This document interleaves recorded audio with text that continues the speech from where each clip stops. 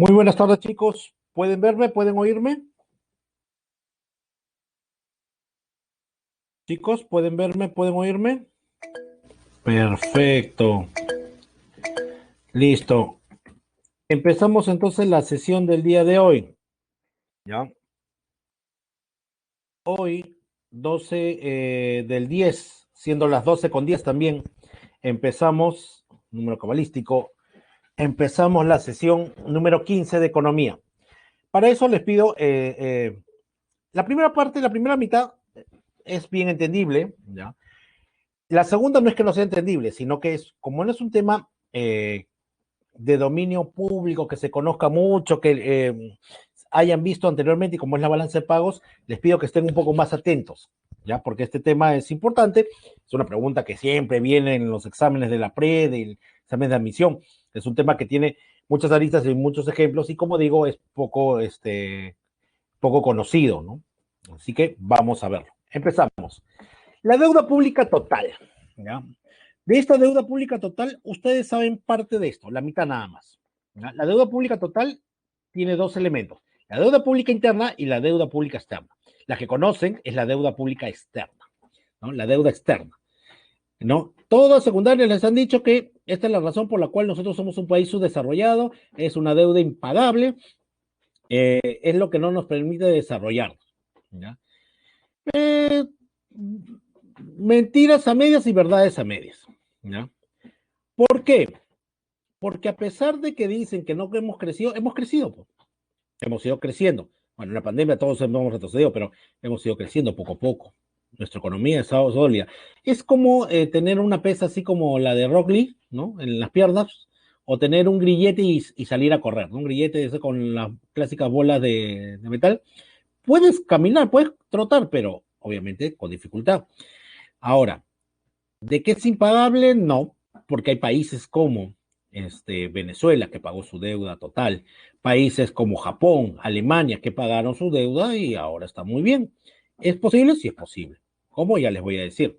Ahora, hablemos primero de cómo se llega a esta deuda pública externa, ¿ya? Lo que pasa es que se acuerdan, y la interna también, ¿se acuerdan la clase pasada y vimos el PGR, el Presupuesto General de la República? Y veíamos todos los egresos, los gastos que tiene que hacer el Estado para funcionar y todos los ingresos, ¿no es cierto? Y decíamos que había superávit cuando los ingresos eran mayores que los gastos, cosa que no se da siempre, y hay déficit cuando los gastos, los egresos, son mayores a los ingresos. Cuando los gastos son, o sea, los egresos, las salidas son mayores a los ingresos, por mucho, es que nos hemos visto en la necesidad de pedirnos deuda externa, pedirnos de alguien, porque tanto la deuda pública interna como externa, dice, es la que se acuerda con personas naturales y jurídicas. Naturales, personas como nosotros, ciudadanos, ¿ya? Y personas jurídicas, sociedades que se forman para hacer empresas, ¿ya? Y la deuda pública interna domiciliadas en el país y la deuda pública externa que no están domiciliadas en el país. En pocas palabras, son todo el dinero que le debemos a aquellos que están dentro del país, es la pública interna, personas, instituciones, empresas, sociedades, y la deuda pública externa es lo mismo, pero las que no están en el país, ¿no? Entonces, deuda pública externa es cuando hemos tenido bastante diferencia entre los egresos y los ingresos, donde los egresos eran mucho mayores que los ingresos. Y esto, no, la deuda pública, no hay que chantarle solamente a Alan García. Alan García generó más crisis debido a una deuda pública externa anterior y debido, ¿ya? Hay que decirlo, debido a lo que nosotros llamaríamos debido a ¿cómo se llama? Debido a que él dejó de pagar y la deuda se siguió acumulando. Ahora, esto viene de atrás, de Pardo de Aliaga, ¿no? De el mismo Belaúnde, que dice que, bueno, es uno de los mejores presidentes, pero también nos hipotecó, ¿no? ¿No? Entiendan, ya, quiero que entiendan, y yo lo vi en un video, y lo explicó muy bien un taxista, ¿no? El tema de Argentina, ¿no? ¿Ya? y el tema de la deuda, que tiene que ver con la deuda externa, pública externa, ¿ya? Y se lo voy a repetir. Miren, eh, tú tienes tu papá y tu mamá. Los primeros 3 años, tu papá llevó la economía de tu casa. Y los otros 3 años, tu mamá. Los primeros 3 años, los egresos eran mayores que los ingresos, pero él se pedía prestado. Sacaba con la tarjeta, ¿no? Sacaba con la otra tarjeta, no pagaba la hipoteca, ¿no? Pero le alcanzaba el dinero con las tarjetas, todo para irse de viaje, para salir a comer, para comprarte ropa, todo. ¿Ya? Después de 3 años se hizo insostenible porque era el loco 5 tarjetas, ¿no? Entonces todas ya habían llegado al tope, ¿ya? Y ya se debía y se jalaba y tus ingresos no habían crecido. Y obviamente después de esos 3 años le toca a la mamá. Y la mamá, ¿qué le queda? Ajustarte, no más ropa, no más salidas, vender algunas cosas, tratar de estabilizar la economía. La pregunta es, ¿quién es el malo? Todos van a decir mamá, pero nadie dice papá porque papá te hizo vivir bien, pero o te alcanzó para vivir bien, pero con plata prestada. Eso es lo que hace la deuda pública. Pues. Claro, cuando te la pides, económicamente el país completó todo lo que tenía para gastar y pues tener una cierta tranquilidad. Pero el problema es cuando ya llegas, tienes que pagar, llega un momento que tienes que ajustar. Entonces, ese es el problema de la deuda pública externa porque aumenta el monto y si tu economía tropieza o está mal, no te va a permitir crecer o te lleva a retroceder, como le está pasando a Argentina, ¿no? Le está pasando factura. Ahora, eh, profesor, lo que me acuerdo que me dijo es que según el Fondo Monetario Internacional hay que poner el 40% de todo el monto, ¿ya? Es deuda pública, deuda pública externa, ya se tiene que pagar en el PGR, el 40% de todo el presupuesto es deuda externa, que es un montón de plata, pero yo veo que se paga un montón de plata y la deuda no baja, sino más bien sube. Ya, eso es debido a lo que nosotros conocemos como intereses internacionales, ¿ya? Es un interés abusivo, pero es el que hemos aceptado. ¿Por qué? Te explico, ¿ya? Ellos nunca van a perder, porque si, por ejemplo, tú te vas al banco, ¿ya? Y te dice que por 100 soles que deposites te va a dar el 20% mensual, hipotéticamente, para no sacarlo anual, mensual, después del mes tú vas a ganar 20 soles, entonces vas a tener 120 soles. Pero ¿qué pasa si en ese mes hay inflación del 50%? Tus 100 soles ya no vale 100 soles, sino vale 50. Pero ganaste 20, ya, pero igual perdiste. Entonces, para evitar eso, los internacionales, como el Fondo Monetario Internacional, sacó este interés internacional. ¿Qué significa? Que cuando cuando hay un aumento en la inflación, automáticamente el interés sube un punto por encima de lo que ha aumentado la inflación. Es decir, si la inflación sube 5%, 5 puntos más, el interés que tenías aumenta en 6 puntos más. O sea, siempre para ganar. Ya, obviamente, entonces, siempre hay inflación mundial. Entonces, aunque sea un punto, que uno no parece mucho, pero si aumentas un punto, tu interés sigue subiendo. Y por eso tu deuda, aunque estás pagando, no disminuye. Es como pagar la cuota mínima en tu tarjeta Ripley que debes como 6,000, 7,000, 8,000 soles. Pagando al mínimo nunca vas a llegar a bajar. Entonces viene la pregunta del millón, chicos. ¿Cómo podríamos lograr pagar la deuda externa? A ver, escriban. ¿Cómo logramos pagar la deuda externa?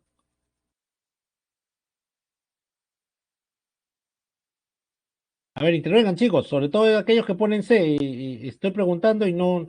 Y voy hoy día a preguntar qué dudas les queda, porque si ponen C es que hay muchas dudas entonces en los temas. No son muchos, pero quiero saber qué dudas tienen. ¿Ya? A ver. Sí, ¿cómo se podría pagar? Pues, a ver, intervengan, porque son los mismos que intervienen. Astrid, Ciro, Angie, Aldair, Sandro, Rey, Pilar, Lisbeth, Carl, reduciendo presupuesto, pero es poquito, o sea, debes millones y millones y aún reduces el presupuesto 1 millón nada más, debes miles de millones. Subir los impuestos. No hay tanta plata, ni siquiera pagan los impuestos, y como hemos visto la clase pasada. ¿Saben cómo puede ser para que tengan, aumentar el PBI? Muy bien, Giancarlo, aumentar el PBI, eso es una buena forma, ¿ya? Pero no es la única, recuerden, ¿ya? En economía, ustedes saben que contablemente no es uno solo, no es una sola cosa lo que genera estos cambios económicos. No, Valentina, la corrupción, el problema es que la economía debe crecer no solamente combatiendo la corrupción hay en todo el mundo, ya está demostrado con Odebrecht, no es solamente la causa de la crisis, ¿ya? El problema es que si a esa corrupción le aumentas ineptitud, inestabilidad económica mundial y pandemia y aparte inacción y pueblo que escoge mal, ya pues todo eso combina, ¿ya? Claro, o sea, miren, ¿saben cuál es? ¿Ya? Es el colmo, claro. Miren, ¿saben cuál es? Y miren, es posible, Venezuela lo hizo. Lo que pasa es que ahorita tenemos las reservas internacionales, el RIN, es nuestro ahorro, con eso podríamos pagar un tercio de la deuda externa. Entonces, ¿por qué no lo pagamos, profesor? Porque no nos podemos quedar sin reservas para cualquier problema, ¿de dónde creen que sale la plata para el bono universal, bono galáctico y todo eso? ¿Ya? Tiene que mejorar el sistema de recaudación, siendo más eficaces, pero no solamente eso, tengo que mejorar mi PBI, no solamente por tributos, sino mejorar mi exportación, mi producción, ¿ya? Entonces tengo que hacer que mi economía crezca y haya un crecimiento económico y un desarrollo económico. Aumentar lo que tengo en reservas internacionales por lo menos en 5 o 6 veces. Así podría pagar mi deuda externa. Y la única forma para pagar la deuda externa es al cash o máximo en 2 o 3 partes. ¿Ya? Esa es de la forma. ¿Ya? Y todavía me quedé reservas. Si no, no se puede. O sea, si vas a aumentar el doble de ahorita, igual tu deuda va a seguir subiendo. Entonces tienes que sacar la deuda total, pagarlo o entera o en 2, 3 partes. Venezuela hizo eso. En cuanto obtuvo el dinero del petróleo, en una sola pagó su deuda externa. Se acabó. ¿Ya? Alemania y Japón, ¿cómo hizo? En 4 y 3 partes. Punto. Nada más. Pero para eso tienes que hacer crecer tu economía. ¿Ya? Es igual que en tu economía. La única forma, ¿ya?, de pagar una deuda grande de Ripley es que generes más ingreso. ¿Ya? Algo que te genere que para pagar eso, porque todo lo que ya generas te sirve para tus egresos, ¿ya? ¿Me entienden? Esa es la forma, ¿no? ¿Se podrá hacer? Yo no creo que viva para verlo, pero espero que mis nietos sí, ¿ya? Ojalá. Yo creo que el Perú es más grande que sus problemas y depende de ustedes. Si ustedes tienen en claro que la corrupción no ayuda y que ser un inútil no ayuda, ¿ya? Podemos tener un, un cambio, ¿no? Y creo que lo hemos venido teniendo. Ahora, esa es la deuda pública externa, le debemos al Fondo Monetario Internacional, al Club de París, ¿no? Etcétera. ¿Cuándo es deuda pública interna? Lo que pasa es que, como política, los últimos gobiernos, con todo lo que hemos pasado, se ha decidido que no pedirnos deuda pública externa. Y como nuestra economía ha crecido, hay años donde la diferencia entre los egresos y los ingresos es poca, o sea, no se necesita tanto dinero, se necesita unos 10 millones, 20 millones. Entonces, ¿qué hace el Estado? Emite bonos soberanos y los pone en la bolsa de valores. Así, empresas, personas de acá o extranjeras lo compran y ya tienes, sobre todo las personas de acá, ¿no? ¿Ya? Las internas, recuerden, eso es la interna, lo compran. Entonces, al generar los bonos soberanos, yo estoy diciendo, préstame plata y de aquí a 20 años te devuelvo con una tasa de interés preferencial. Y eso es lo que hemos estado haciendo. La deuda pública, que es poca, lo hemos cubierto, perdón, con bonos soberanos, ¿no? Con emisión de bonos en la bolsa de valores. ¿Ya? Y la suma de estas dos, pública externa y pública interna, hace la deuda pública total. Todo lo que debe un país, ¿ya? Todas sus obligaciones, ¿ya?, que tiene con otros, ya sea internas del país o externas fuera del país. Muy bien.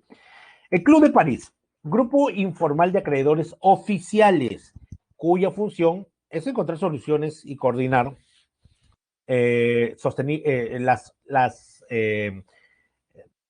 coordinar las formas sostenibles, ¿ya?, de ayuda frente a las dificultades de pago de los deudores, ¿ya? Internacionales. Los países deudores tienen que haberse comprometido a implementar las recomendaciones del Club de París y sobre todo las recomendaciones y programa vigente de reinserción del Fondo Monetario Internacional, ¿ya? Ojo, para poder llegar a acuerdos. Les tengo que decir algo. Nosotros somos libres e independientes, dice la canción. Mentira, ¿ya? Nuestro presupuesto está condicionado al libro número 5 del Fondo Monetario Internacional. Si no hay partida para la deuda externa de acuerdo a lo que está pactado pagar, ¿ya? No se aprueba el presupuesto, para que vean. Nosotros tenemos que estar condicionados a condiciones de instituciones internacionales. ¿Por qué? Miren, Alan García, ¿ya? Para que entiendan una cosa. Dice las malas lenguas que cuando Fujimori entró al gobierno fue a visitar al Fondo Monetario Internacional y abrieron la bóveda. Y dicen como chiste que salió una polilla, que no había nada. Los que no saben de temas económicos, cosa que ya ustedes no pueden decir que robó, porque saben que en el Estado, o sea, robar tanto dinero no es posible, pues hay tantos mecanismos. Entonces, ¿qué pasó, profesor?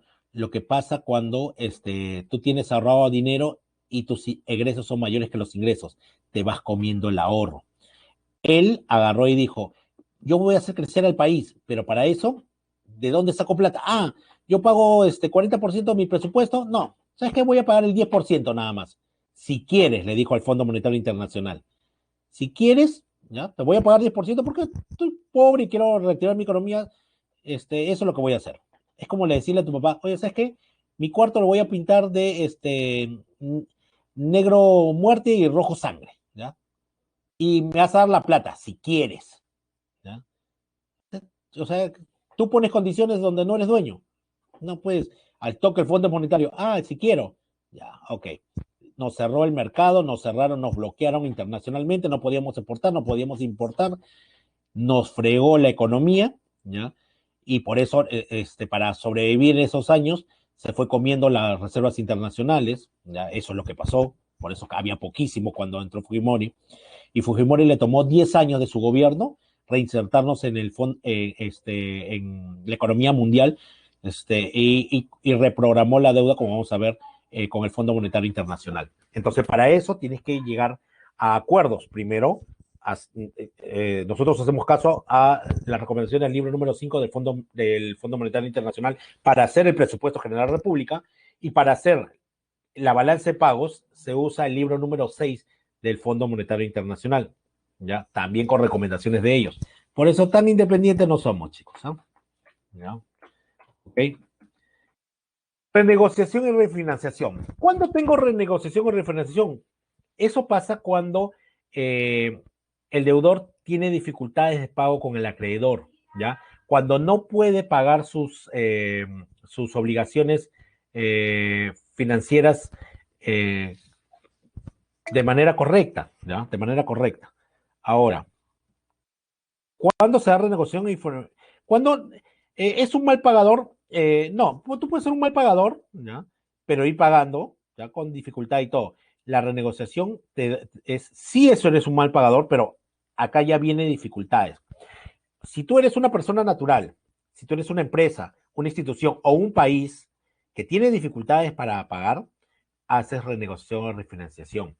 Y esto lo promueve no el deudor, lo promueve el acreedor. ¿Por qué? Porque no debes permitir que la gallinita de los huevos de oro se muera. Si una persona natural, jurídica, institución, país, se declara en bancarrota, te fuiste al demonio, te fuiste al tacho con tu deuda. Porque si se declara en bancarrota, significa que él va a dejar de pagarte, ¿ya? Y va a cobrarse cuando venda todas las cosas. Y de repente ni llega a cubrir tu deuda. ¿Me entiendes? ¿Ya? Entonces, tú no puedes permitir que eso llegue, entonces tienes que darle soluciones, renegociación o refinanciación, tirarle un salvavidas, ¿ya? Para eso. Entonces, renegociación es, imagínense esto, renegociación es cuando eh, eh, tienes un crédito hipotecario, ¿ya? Y los últimos 2 años has siempre pagado fuera de fecha, ¿no?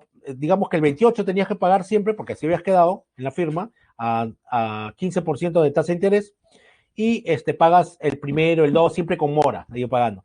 Y en el último año te has ido atrasando. Primero te atrasaste un mes y ahora estás atrasado 2 meses, ¿ya? Entonces tú te acercas al deudor y dices, como entidad financiera, oye, ¿qué pasó, deudor? No, mire, lo que pasa, acá, en la renegociación, es un acuerdo entre el deudor y el acreedor, sí, que busca modificaciones en las condiciones del pago de la deuda. O sea, busca modificar condiciones en el pago. No vas a modificar la deuda en sí, ¿ya? Se negocia un nuevo programa de pagos, plazo. Yo te pregunto, oye, ¿qué pasó? ¿Por qué siempre pagas fuera de fecha y con mora? Lo que pasa, señor, es que ustedes me pusieron 28 y a mí me pareció bien, pero el trabajo deberían pagarme 28, pero siempre me pagan 30 y algunos trabajos me pagan el primero 2, entonces termino pagando 4. Ah, ya, entonces negociamos nuevos plazos. Las condiciones de pago ahora no es 28, tu nueva fecha son los 5 cada mes. Así siempre vas a estar al día. Ok. Ahora, el monto, ¿está bien? Sí, está bien. Pero el tema del interés, mira, el problema es que debes 2 meses. Ya, vamos a arreglar ese tema del monto. ¿Ya? ¿Qué pasó? Lo que pasa es que perdí el trabajo y recién me he reinsertado y esos 2 meses no me han pagado, así que estoy atrasado. Ya, ok, renegociemos. Estos 2 meses que me debes lo vas a pagar, lo reprogramo para julio y para diciembre, con la gratis me pagas, con todos los intereses que eso lleva. Y ahí te pones al día. Y este año que queda, como todo está difícil, ¿no? Tú pagas 15% de tasa de interés, vas a pagar 5 este año y el próximo medio año 10. Y después vuelves a 15 y lo que no me pagaste en intereses en ese tiempo, me lo vas a pagar a final de la deuda. ¡Pum! Renegociaste, lo hiciste respirar y va a ser un buen pagador y va a terminar la deuda. Perfecto. En refinanciación, comenzaste con los problemas como en renegociación, pero ya estamos 6 meses, ¿ya? 6 meses y no pagas. Y no tienes intención de pagar. Entonces te acercas ahí y al deudor y lo que significa gestionar la firma de un nuevo contrato de crédito, un nuevo contrato, ¿ya? Y que generalmente es en mejores términos que el anterior. Trata de salvarlo, ¿ya? Se busca cancelar la deuda anterior contraída, ¿ya? Y se puede incluir solo la parte vencida o también la parte aún no vencida. ¿Qué significa esto? Deudor, ¿qué pasó? Bueno, perdí el trabajo, soy una persona mayor de 50 y no consigo trabajo y no creo que lo consiga en los siguientes 2 meses, peor en cuarentena. Así que tengo ese problema. ¿Ok? ¿Qué te parece si la deuda de lo anterior, cerramos lo anterior? A partir de acá, este monto lo voy a tener como nueva deuda y son 15% de tasa de interés. Esta nueva deuda va a ser con 10%. ¿Ok? Te voy a dar también nuevo plazo. Tienes problemas de los 28, va a ser el 5. Ya. Estos 6 meses que no me has pagado, no me vas a pagar. Así que se cerró la deuda anterior, la parte vencida y la parte por vencer se saca a 10% y la nueva fecha que ibas a terminar en enero, ahora va a terminar seguro en julio, ya del 2022. ¿Ok? Y este primer año te voy a dar 5% de tasa de interés, 10% después y lo que no me pagaste al final. Trato de ver la manera. Es mejor la refinanciación, obviamente. Porque, vuelvo a decir, si declaran en bancarrota, pierdes tú, pierdes la entidad financiera. Así pasó con los países de México, Centroamérica y Sudamérica. Los países se declararon en bancarrota, ¿ya? Y todos querían refinanciación. Mandaron un primer grupo para revisar esto y recomendaban que de todos los países, solo 3 renegociaban y los demás refinanciaban. Y el Fondo Monetario le dijo, oye, ¿cómo me vas a decir esto? Refinanciación es perder mucha plata. Yo acepto renegociación y refinanciaron algunos. Y mandaron al grupo, a Brady, hicieron todo un nuevo análisis y solamente refinanciaron 3. ¿Ya? Y condonar, en la refinanciación también hay condonación de deuda. Te perdonan parte de la deuda, generalmente los intereses de lo que te habías atrasado en pagar. Entonces, en la refinanciación, refinanciaron países como México, que iba a entrar en bancarrota, Costa Rica y Nicaragua. Los demás renegociaron, nosotros renegociamos. Y dentro de esa renegociación fueron nuevos plazos, pagar todo lo que los 10 años que no habíamos pagado con los intereses que se habían generado, ¿ya? y obviamente tasa de intereses bajas estos primeros años mientras se reactivaba la economía, ¿ya? El 2017 se llegó a pagar los bonos Brady, ¿ya? Que se utilizó para dinero para pagar la deuda que no habíamos pagado, ¿ya? Muy bien. Comercio internacional comprende el intercambio de productos, de bienes y servicios que entre sí realizan los países, regiones o bloques económicos del mundo, ya sea mediante organismos oficiales o a través de particulares. Causas: diferencia entre las condiciones de producción, los países no se autoabastecen y los costos diferenciados. ¿Qué significa el comercio internacional? Es el comercio que realizan los residentes del país con cualquier otro país o otros residentes de fuera del país, ¿ya? ¿Qué es un residente del país? De cualquier nacionalidad que viva acá, que tenga arraigo acá. ¿Qué significa arraigo? ¿Ya? Que tenga su familia acá, que tenga su negocio acá, que tenga su trabajo acá. Por ejemplo, Baruch Itcher, ¿ya? Es judío, ¿ya? Él tiene su familia acá y sus negocios acá. ¿Quién es Baruch Itcher, profesor? Es el dueño de Frecuencia Latina, de Canal 2, pero sobre todo es dueño de Colchones Paraíso, ¿ya? Creo que nadie puede decir que en su vida nunca se ha acostado en un colchón paraíso, ¿ya? Entonces, él no es peruano, pero él negocia desde acá hacia el resto del mundo. Él exporta colchones a toda Sudamérica. Entonces, eso es el comercio internacional. Desde acá, no tiene que ser peruano, hacia el resto del mundo. ¿Y quién es un residente? Hasta puede ser un peruano, pero que vive y su arraigo está afuera. Por ejemplo, el bombardero de los Andes, ya Claudio Pizarro, es peruano. Claudio Pizarro es peruano, ¿ya? Pero Claudio Pizarro hace más de 5 años, mucho más de 5 años no vive acá en el Perú, ¿ya? Él tiene negocios acá en el Perú, tiene caballos, tiene restaurantes, tiene negocios acá en el Perú, pero el dinero, ya cuando obtienen ganancias, ¿dónde va? Allá a Alemania, porque él vive allá, él reside allá. Entonces, él no, a pesar de ser peruano, él no es un residente, ¿ok? Entonces, residente es vivir acá y los negocios que tengas afuera, que venga la plata acá, ¿ya? Entonces, comercio internacional es hacer desde acá negocios con el mundo. Y gracias a ese comercio internacional, chicos, sobre todo aquellos hermanos, hermanas de lentes, ¿qué sería de nuestra vida sin comercio internacional? Yo hacía esto en clase, decía, 100 soles a que me traiga una montura Made in Perú. Todo el mundo se sacaba los lentes, revisaba y decía Made Italia, Made Taiwán, Made París, etc. Lo que pasa es que me van a decir que la montura es una ciencia extraterrestre, futurista, que no se puede hacer, pero ni siquiera eso hacemos. Entonces, nosotros, gracias al comercio internacional, tenemos productos que no se hacen acá. La diferencia es entre condiciones de producción. Hay países que tienen ventajas a la hora de producir por su territorio, por la cantidad, etcétera. ¿Ya? Entonces, por ejemplo, Venezuela tiene un montón de petróleo, entonces aprovecha y vende a los demás. Bolivia tiene un montón de gas, aprovecha y vende. Nosotros tenemos minerales, aprovechamos esa cantidad y vendemos a los que no, a los que tienen menos. ¿Ya? Y los países que no se autoabastecen, hay países que no se autoabastecen, ¿ya? Ni mototaxi, no, ni el mototaxi hacemos, para que vean, ni el mototaxi.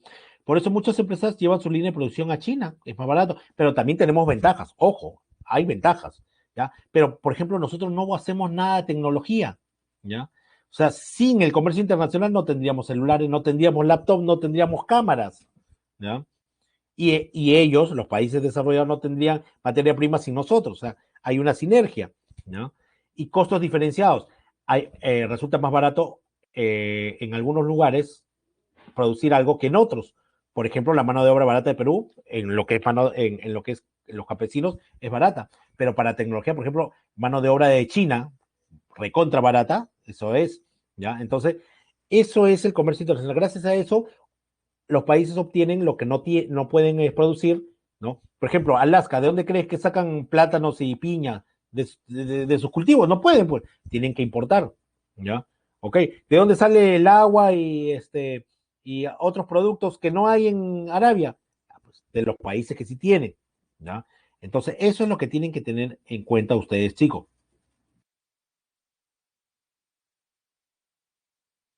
Tiene capital peruano, pero es más extranjera, chicos. ¿Ah? OGMO, ¿ya? Tiene capitales más extranjeros que peruanos. ¿ya? ¿Ok? Entonces, eh, otra cosa, ventaja comparativa y ventaja competitiva. Ventaja comparativa de David Ricardo y ventaja competitiva de Michael Porter. La ventaja comparativa, dice David Ricardo, los países deben producir y exportar, o sea, yo debo producir y exportar aquellos productos que puedo fabricar a un costo relativamente más bajo que el resto de los países. Y debo importar los productos que me resultan muy caros ya hacer, de altos costos, de manera eficiente. ¿Qué quiere decir? Por ejemplo, Perú y Estados Unidos, ¿ya? En lo que es alcachofas, espárragos, ¿no? ¿no? Productos de pan llevar. El Perú puede exportar eso y tiene ventaja porque nosotros tenemos 64 microclimas acá en el país y podemos producir no solamente una vez, por ejemplo en Estados Unidos solamente una vez, porque sus climas son bien marcados, o sea, un invierno largo y crudo y solamente puedes producir en los otros, las otras estaciones. En cambio acá, dense cuenta algo. Eh, de chicos, ¿se acuerda? Fruta era estacional. Sandía solamente en verano, fresa en verano, mandarina en verano. Y otros, no es te decían, no es su temporada, pero pregunta, ¿no hay mandarina todo el año? ¿No se encontró mandarina todo el año buena, sin pepa? ¿No se ha encontrado fresa todo el año? Ya salió la sandía y no es temporada. ¿Por qué? Como tenemos bastantes climas, ¿ya? Y ahora exportamos, producimos acá en los valles, producimos en la costa, en la sierra, en la selva. Cuando en uno es invierno, producimos en el otro cuando es verano, así. Entonces podemos producir todo el año. Además, el costo de mano de obra es barato. ¿Ya? A los campesinos lamentablemente les pesetean sus productos, 10 centavos, 20 centavos, y lo que le pagas al campesino es 35 soles el jornal. ¿Cuánto es? Ni 10, a ver, ¿cuánto es? Ni $10, ¿ya? Ni $10, menos de $10. En cambio, en Estados Unidos, solo una vez puedes producir al año, la mano de obra, allá sí se les tiene el campesino, ¿no? Está en planilla y les pagas buena cantidad. Además que nuestros productos son bendecidos por nuestra tierra y son riquísimos, ¿ya?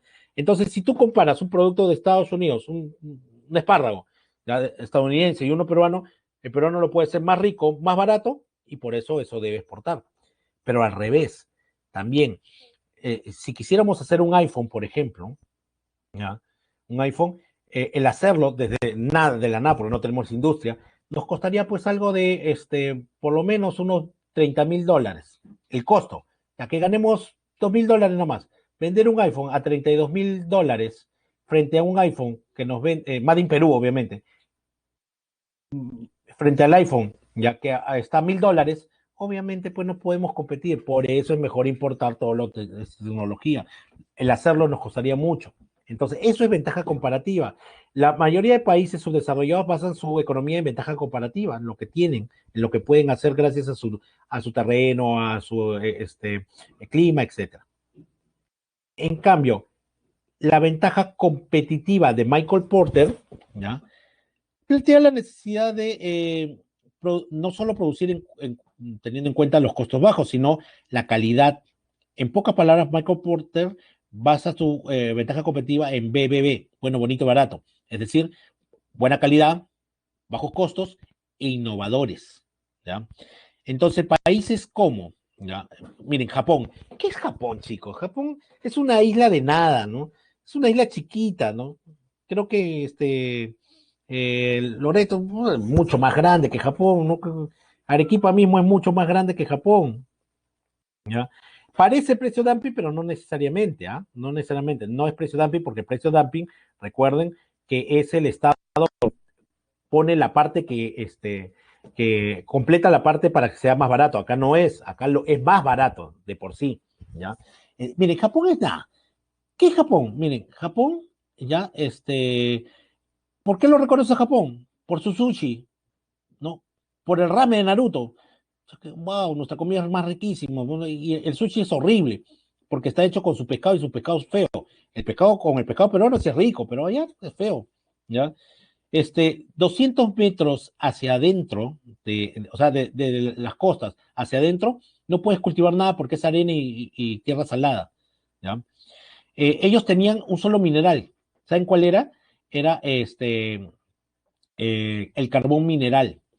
Pero igual que en el juego Age of Empires o esos juegos de roles, donde pones a aldeanos a cavar y a sacar oro y piedra y todo eso, ¿ya? Claro, Giancarlo es un juegazo, ¿ya? Pero sí o no que después de un rato se acaba, porque como toda mina se va a acabar. Ya, imaginen eso en Japón. Las minas de carbón ya no existen porque ya se sacó todo el carbón. Y si siguen haciendo hueco más abajo, van a hacer hoyo a la isla y se va a hundir. Entonces, ya no hay más de dónde sacar. No tienen más. Y el centro de Japón es volcánico, ¿ya? Lo que tiene harto, ¿ya? ¿Ya? Lo que tiene harto, y su trago, el ramen, no, el ramen no, el sake, es horrible. Es como que, de verdad, es bien feo. Es licor de arroz feo, no lo he tomado. Lo he tomado y es horrible. ¿Ya? Miren, lo que sí tiene harto es harto terremoto y además Godzilla va a destruir Tokio de vez en cuando. ¿Ya? Harto sismo, claro, harto sismo. ¿Ya? Entonces, pero ¿cómo Japón logró hacer en los 70 ser la potencia número 2 y estuvo a punto de ganarle a Estados Unidos? ¿Cómo? Con ventaja competitiva. Marcas como Toyota, marcas como Panasonic, como Sony, aparecieron con productos de calidad. Sony abarcó todo lo que era electrodoméstico, todo lo que era el electrónico, televisores, radios, mini componentes, Wallman, Disman, todo, Mitsubishi, todo.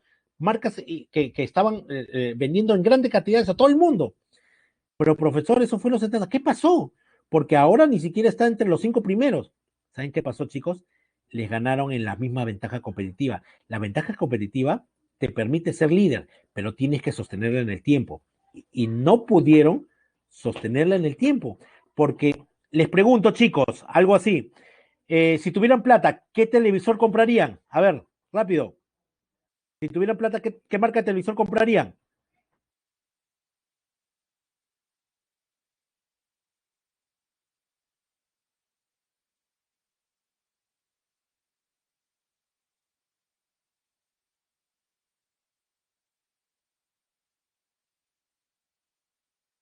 Samsung, LG, muy bien. Marcas coreanas, así es. Los Tigres del Asia, los Tigres del Asia hicieron eso. Les ganaron en su juego, en ventaja competitiva, ¿ya? En ventaja competitiva. ¿Con qué? ¿Ya? Productos más baratos, más innovadores. Y quien le puso la cerecita fueron los chinos, que lo hicieron mucho más barato, ¿ya? Con mano de obra barata. Entonces, eso es. Los países subdesarrollados basan su economía en ventaja competitiva. Por eso, en lo que es economía, recuerden, si tú tienes ventajas comparativas y logras competitivas, puedes lograr una economía mejor, ¿ya?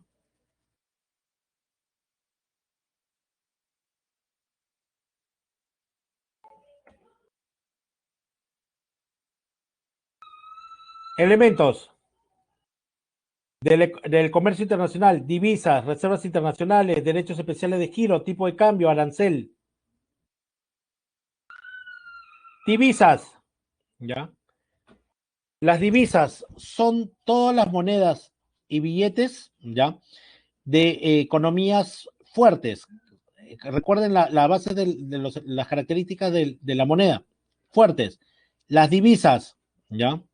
Las divisas, ¿qué son? ¿Ya? Divisas fuertes como los dólares, los euros, las libras esterlinas, el yuan, ¿ya? Y el yen japonés y el yuan chino, ¿ya? Son monedas fuertes que nosotros utilizamos para el comercio internacional y para pagar nuestras obligaciones internacionales, ¿ya? Las reservas internacionales, ¿ya? El RIN, las reservas internacionales, ya, son las divisas, todas las divisas que tenemos y todo el oro que tenemos en las bóvedas del Banco Central de la Reserva, ¿ya? Y estas reservas nos sirven para contingencias, como por ejemplo, ¿ya? Estas contingencias nos sirven para, este tipo de contingencias, ¿ya? Nos sirven para el fenómeno del niño, para pandemias. ¿De dónde creen que por eso les decía sale el bono universal, el galáctico, el transgaláctico, etcétera? Sale de las reservas internacionales, ¿ya? ¿Y por qué oro, profesor? Porque el oro, una economía puede caer y su moneda también, pero el oro tiene un valor constante, ¿ya? Y los derechos especiales de giro, el DEG, son la forma como nos decimos de deuda externa. Los derechos especiales de giro, ¿ya? Fue como nos dieron la deuda externa. Nos pedimos deuda externa al Fondo Monetario Internacional y el Fondo Monetario Internacional se comunicó con los bancos más grandes de cada país, ¿ya?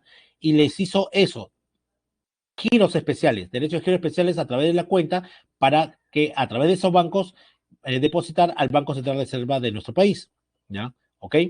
El tipo de cambio, sabemos que es el valor de una moneda extranjera en moneda nacional, el dólar. Un dólar es equivalente a 3.45 soles. El arancel es un tipo de impuesto indirecto, ¿ya? El arancel es un tipo de impuesto indirecto, ¿ya? En el que este arancel se cobra por traer productos del extranjero, ¿ya? A venderlo a tu país y se cobra en porcentaje del monto o un monto único por una cantidad, etcétera, ¿no? Y de ahí vamos a lo que es importante, la balanza de pagos. Ese registro estadístico que resume sistemáticamente, ¿ya? Para un tiempo específico las transacciones económicas que realizan los residentes de una economía con el resto del mundo. En pocas palabras, es un registro estadístico, ¿ya? Que tiene partida contable, dos lados, uno donde va en todo lo que ingresa a un país y todo lo que sale de un país, ¿ya? En un periodo determinado, generalmente un año, ¿ya? Entonces, es todas las negociaciones que hace el Perú con el resto del mundo, ¿ya? Y ya saben que es el resto del mundo, todos los países que tenemos un tratado comercial, ¿no? Y tenemos una relación comercial, ¿no? Etcétera. Ahora, como no vamos a poner pues que vendemos 2 millones de, 2 toneladas, 20 toneladas de palta, uva, e importamos cabezas de ganado, y no, eso no se pone. Entonces lo que se hace es su equivalencia en dinero, en dólares, y eso es lo que se pone en la balanza. Tiene un lado, como toda balanza tiene un lado que es débito y el otro de crédito. Uno de ingreso de dinero y el otro de salida de dinero. Pónganlo así, chicos. En su bolsillo derecho entra dinero, en su bolsillo izquierdo sale dinero. ¿Qué es lo mejor? Que entre más dinero que el que sale, ¿sí o no? Entonces, esta balanza puede terminar en déficit cuando las salidas son mayores que las salidas son mayores que los ingresos, ¿no? Y hay superávit cuando las entradas son mayores que las salidas. ¿Okay? ¿Cuáles son las partes de esta balanza de pagos? La balanza en cuenta corriente, ¿ya? La balanza en cuenta financiera, la balanza de financiamiento excepcional, la de errores o omisiones neto y la de resultados, que es la suma de todas las anteriores.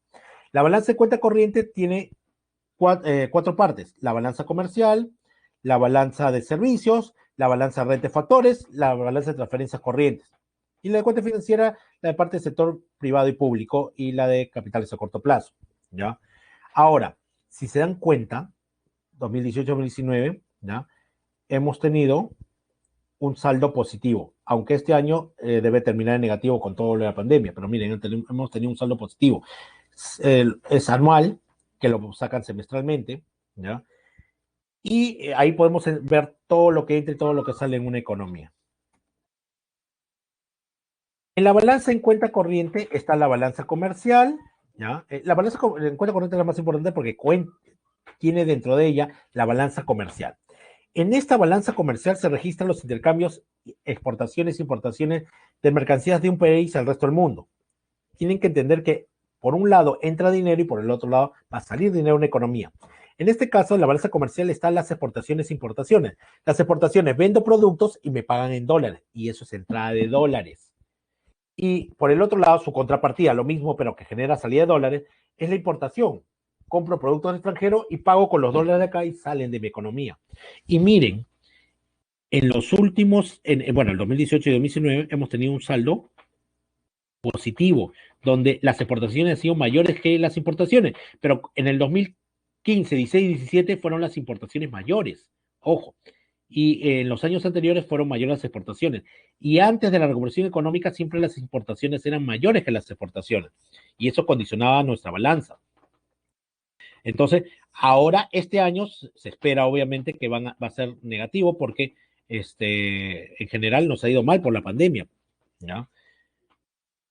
Ojo, entonces, exportación, entrada de dólares, importación, salida de dólares. Siempre hay una contrapartida.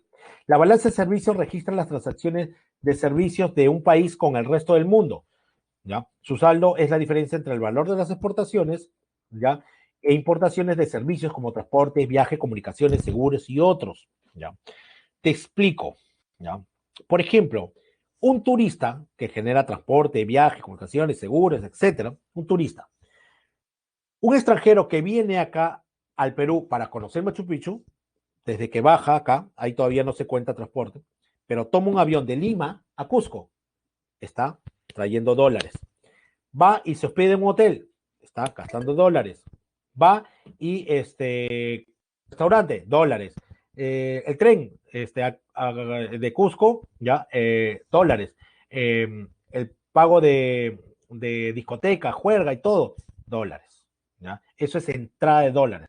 ¿Ya? Ahí hay transporte de pasajeros, viajes, comunicación, etcétera. ¿Ya?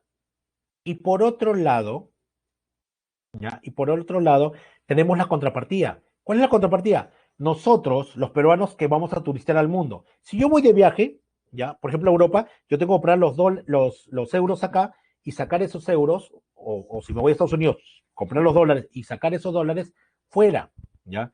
Entonces, ¿qué es más? ¿Ya? Ya hemos visto que fue más en las exportaciones que en las importaciones, un saldo positivo. Pero ¿qué es más? ¿Los turistas que vienen o los turistas que salen? Los turistas que vienen, profesor. Ah, entonces todavía sigue siendo positivo. ¿Ya? Ahí también entran las comunicaciones, seguros, etcétera. ¿Ya? A ver, ¿hay alguna comunicación, alguna pregunta? ¿Ya? 8, ya, perfecto. Y pasamos a la otra balanza. La balanza ya de renta de factores. Registra el valor de los ingresos que obtienen los factores productivos de propiedad de los residentes de un país en el exterior y los egresos producto del pago a los factores productivos de propiedad de los no residentes en el país. ¿Ya? ¿Ok? La renta de factores, por ejemplo, el factor ganancias, el factor trabajo, ¿ya? De los que residentes y los no residentes. Por ejemplo, ¿qué tienen en común la Curazao, Banco Azteca y Ripley? Que todos son empresas extranjeras y que todas han dado utilidades. Obviamente, estas empresas que están acá, extranjeras que están acá, han obtenido utilidades, pero esas utilidades no se quedan acá, se van al país de origen, a Brasil, a México y a Chile, ¿ya? Eso es salida de dólares, por uno de los factores, ¿no? Y la otra, la contrapartida sería las empresas peruanas en el extranjero, como por ejemplo con la Real y Belcorp, tienen sedes en otros países y también tienen ganancias, y esas ganancias entran acá al país. Pero obviamente acá sí es diferente de las otras anteriores. ¿Por qué? Porque obviamente son más las empresas extranjeras acá en el Perú que las empresas nacionales en el extranjero. Entonces ahí sale un saldo negativo, como pueden ver, ¿ya? Ahí también entra el tema de trabajo, por ejemplo, los que trabajan en la Embajada de Estados Unidos les pagan su dinero y su dinero lo gastan acá, porque van a vivir 5 años acá. ¿Y cuál es la contrapartida? Los peruanos que están en embajadas en otros países, que van a estar por 5 años y tienen que gastar lo que les pagan, el sueldo de ellos allá, ¿no? Casa, comida, etcétera, ¿ya? En la balanza de renta de factores también se paga los intereses de la deuda, ¿ya? Por eso acá dice intereses por préstamo a largo plazo, los intereses de la deuda. Los intereses, ¿ya? De la deuda externa entra acá como salida de dólares. ¿Y cuál sería su contrapartida, profesor? Si hubiera un mundo paralelo y Perú le hubiera prestado a Bolivia, por ejemplo, y le esté pagando intereses, sería entrada de dólares. Acá solamente una partida tiene salida, ¿ya? Entonces, acá se pagan los intereses de la deuda, solo los intereses. En la balanza de transferencias corrientes se registran aquellas operaciones que no tienen contraprestación directa, como remesas y donaciones de bienes y servicios y dinero. Es aquellas que, como las donaciones, por ejemplo, cuando fue el terremoto de Pisco, países, personas e instituciones nos donaron dinero, eso fue entrada. Y no hubo salida, porque no pasó nada y nosotros no donamos. Pero, por ejemplo, cuando hubo el terremoto en Chile, nosotros donamos dinero y eso fue salida. Por eso no tiene una contraprestación directa, ¿ya? No tiene una contrapartida. Y las donaciones, las remesas de personas que están en otros países. Uno tiene familiares, ¿ya? Uno tiene, uno tiene familiares en otros países y mandan dinero acá. Por eso cuando hemos ido a otros países y ha habido partidos, nosotros somos locales, porque igual que, por eso no hay que quejarnos de nuestros hermanos venezolanos, nosotros también en la época de crisis salimos y muchos están en el extranjero y siguen mandando dinero. Por eso Trump no nos quiere. Cobramos barato en su país. Este, eh, no pagamos impuestos y además el dinero que obtenemos lo mandamos fuera de su economía, por eso no nos quiere. Entonces, eso es entrada de dinero. ¿Y cuál es la salida? La remesa de dinero que mandan los venezolanos, colombianos, argentinos, cualquiera que esté acá trabajando a su país de origen. ¿Ya? Y la balanza en cuenta financiera se registran las transacciones correspondientes a activos ya y pasivos financieros de corto y largo plazo. Acá se habla de inversiones de corto o largo plazo. ¿Ya? Las inversiones de largo plazo son inversiones productivas. Las inversiones de corto plazo o especulativas o golondrinas, ¿ya? Son diferentes. Por ejemplo, inversión, ¿qué es? Digamos que Ripley quiere poner una tienda, la tienda más grande en Villa El Salvador, una tienda nueva. Para hacer eso necesita dinero. Entonces, de la central de Chile manda dinero acá para inversión. Eso es entrada de dólares. ¿Y cuál es la contrapartida? Que, por ejemplo, con la Real quiera poner una sede más en Alaska. Ya, tiene que mandar dinero de acá para hacer la fábrica allá. Eso es las inversiones de largo plazo, donde todos ganan. Gana el país, gana el Estado, gana las personas, los proveedores, los trabajadores, etcétera. Pero las inversiones de corto plazo solo gana el dueño, porque las pone en bonos, acciones, títulos, valores, ¿no? Y son golondrinas porque en cuanto la economía está mal, sacan el dinero rápidamente. ¿Ya? Acá también está el pago de la deuda externa. Acá sí el pago de la deuda en sí, no los intereses, la deuda en sí. ¿Ya? Y la balanza de financiamiento excepcional, acá se registran las transacciones correspondientes al sector público y comprende las amortizaciones, los intereses no atendidos y condonaciones de deuda, es decir, cuando nos pedimos deuda externa. Cuando entró deuda externa, eso fue ingreso de dinero. Cuando nos prestamos deuda externa por primera vez, eso entró como balance de financiamiento excepcional. Como vieron en el cuadro primero, está en cero, porque como política no volvernos a prestar deuda externa. ¿Ya? Entonces está ahí. ¿Y cuál sería la contrapartida? Que en un mundo imaginario nosotros prestemos dinero a Bolivia, en el momento que se presta el dinero. ¿Ya? Pero solamente acá está en cero porque no nos hemos prestado hace tiempo. ¿Ya? En la balanza de errores o omisiones netos se registran las transacciones con el exterior que no se lograron identificar parcial o totalmente con el objetivo de preservar el principio de partida doble. ¿Qué significa?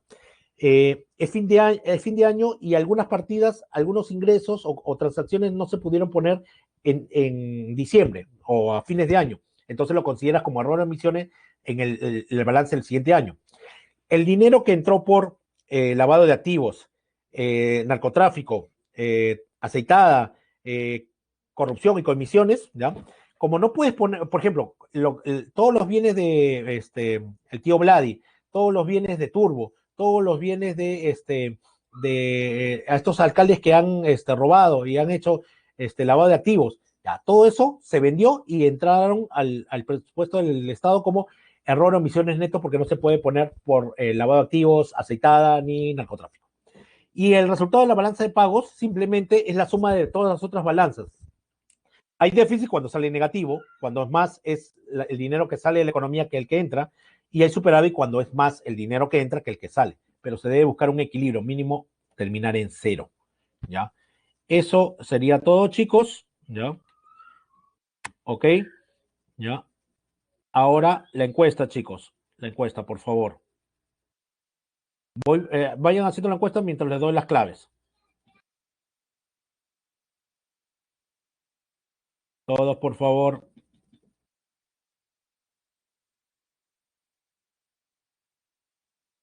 Ya.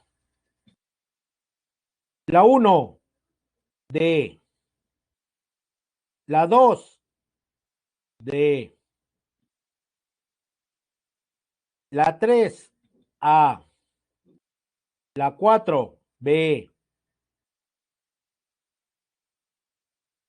La 5, C. La 6, A. La 7, C. La 8, D. La 9, D. Muy bien, eso sería todo. Aldair, María, Rey, faltan ustedes nada más. Muchas gracias, chicos.